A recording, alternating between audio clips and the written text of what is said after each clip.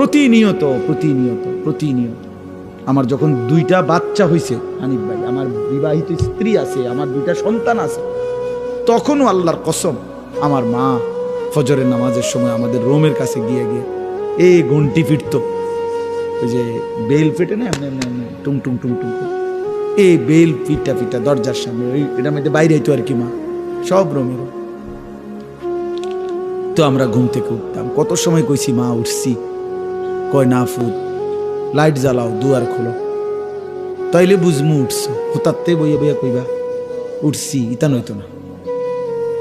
মা আমার মাত্র 4র্থ শ্রেণী পাস করছে, শুধু ক্লাস 4 পর্যন্ত পড়ছে, 4 ক্লাস, এই 5 পাস করে নাই আমার আম্মা। আমরা 5 ভাইকে মা আলেমে দ্বীন বানাইছে। কি পরিমাণ চোখের পানি পড়ছে মা, কি পরিমাণ ফিকির করছে মা।